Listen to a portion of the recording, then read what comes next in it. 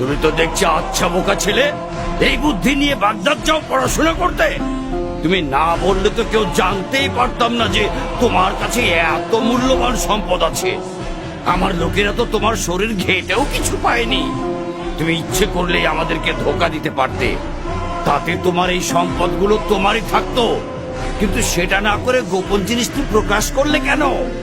কারণ আমি আল্লাহকে ভয় করি, সেই সাথে আমার আম্মার উপদেশ যেন কখনো মিথ্যা না বলি।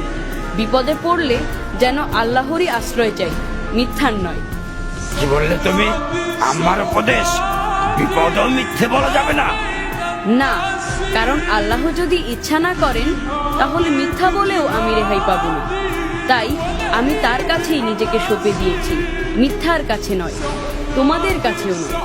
আর আমাদের নবী বলেছেন, মিথ্যা হলো সকল গুনার মা। মিথ্যাবাদীকে আল্লাহ কখনো ভালোবাসেন না। সামান্য এক বাক্য মিথ্যায় তুমি তোমার কষ্টের জমানো সম্পদটুকু রক্ষা করতে পারতে। আমি বরং তার চেয়ে বড় সম্পদ রক্ষা করেছি, সেটি হলো সত্য, মহান আল্লাহর হুকুম আর আমার মায়ের উপদেশ। স্বর্ণমুদ্রার জন্য আমার কোনো আফসোস নেই। সত্যের চর্চায় এতটাই নির্ভীক এই বালক, এই সাহস, এই ভরসা সে কোথা থেকে পেল? কত বড় সাহস! সর্দারের মুখে মুখে কথা! তোর ঘাড় থেকে মাথাটা নামিয়ে দেবো আজ। থামো! কাল কিয়ামতে মহান রবের সামনে আমাকে মিথ্যাবাদী হিসেবে দাঁড়াতে হবে না। এর চেয়ে খুশির সংবাদ আর কি হতে পারে? এই বালক মায়ের কথার অবাধ্য হচ্ছে না, আর আমি আল্লাহর অবাধ্যতাকে পেশা বানিয়ে নিয়েছি।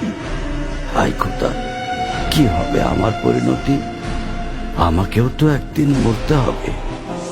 কাল কিয়ামতে আল্লাহ যখন জিজ্ঞেস করবেন দুনিয়াতে আমাকে লুটপাট করার জন্য পাঠানো হয়েছিল কিনা, তখন আমি কি জবাব দেব?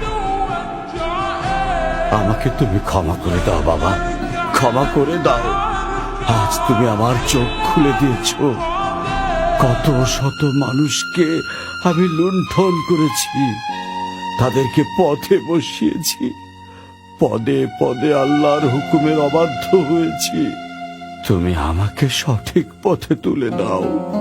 সঠিক পথে তুলে নেবেন আল্লাহ, ক্ষমাও করবেন আল্লাহ।